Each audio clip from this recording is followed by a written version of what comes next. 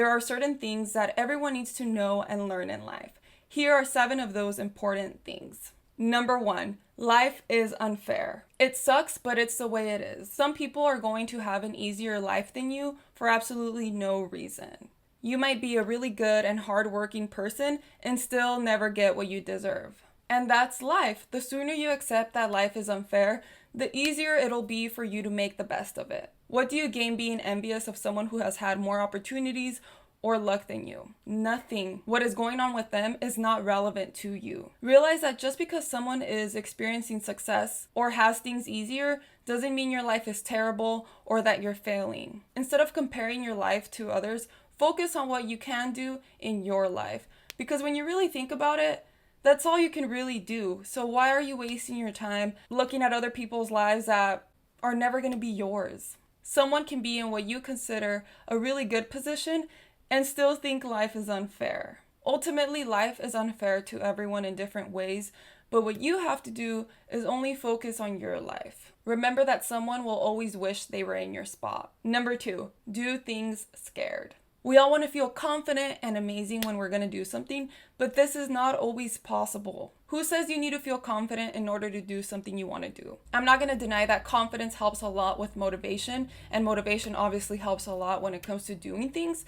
But you guys, we cannot surrender to fear and not do the stuff we want to do. Fear is a basic survival instinct that exists to protect you from danger. Though fear was very helpful for our ancestors to protect them from being attacked, today fear is usually more irrational rather than useful. Let me explain why. Today we live in a world where we're not in constant danger anymore. Most of us are not fearing for our lives every single day, and for that reason, it is not logical to be scared or have anxiety, which is a response to fear, when it comes to doing things like public speaking, going to a job interview, going to the gym, or uploading a video online.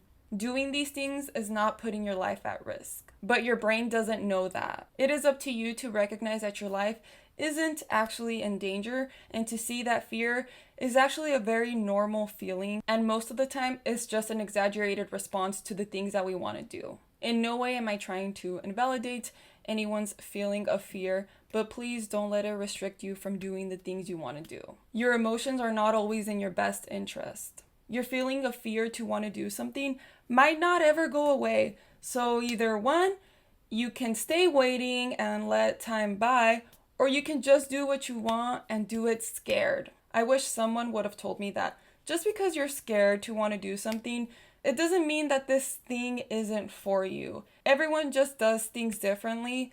And if you really want to do something and you're scared, don't take that as a signal to not do it. Do it scared. Now, if after that you realize, I really don't want to do this, okay, but you need to give it a shot. Number 3, everyone has problems. It's easy to think you're the only person who has major problems in the world. In fact, it's easier to believe this, so then you have an excuse to feel bad for yourself. But the reality is, everyone around you carries some type of burden. There's just something comforting in knowing that everyone has issues. I don't mean this in a bad way, but your problems are not unique. There are millions of people out there who struggle with depression, anxiety, with their finances. People have broken families, and the list goes on. At least for me, after realizing that my problems are not special, I was able to lower their significance in my life. Speaking for myself, one of the reasons I really hate problems isn't so much because of the problem itself, but more because I hate the way having problems makes me feel. It makes me feel unusual or like there's something wrong with my life. People around us always act like everything is fine, so when you're dealing with an issue, you just feel like out of place, like you're the only one who's struggling because it seems like everyone is just fine, when really that is not true. If we really understood that everyone has problems and just how normal having problems is, maybe we wouldn't feel so terrible. Number 4, we are all imperfect. We set such unrealistic standards as to how we should act, when the reality is, you're not always going to be a good person. You're not always going to do remarkable things.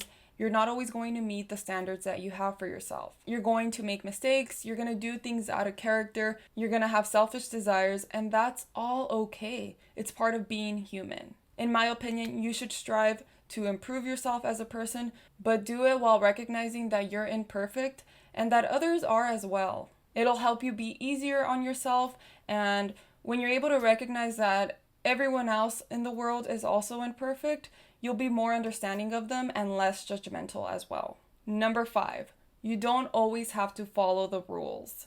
Sometimes following the rules or society's norms is what's holding you back from taking chances and doing the things you want. Honestly, it's really hard to be yourself or to be authentic when you only follow the rules or give into the pressure of doing what everyone else is doing. If you don't want to go to college, don't. Who cares if not going to college is frowned upon?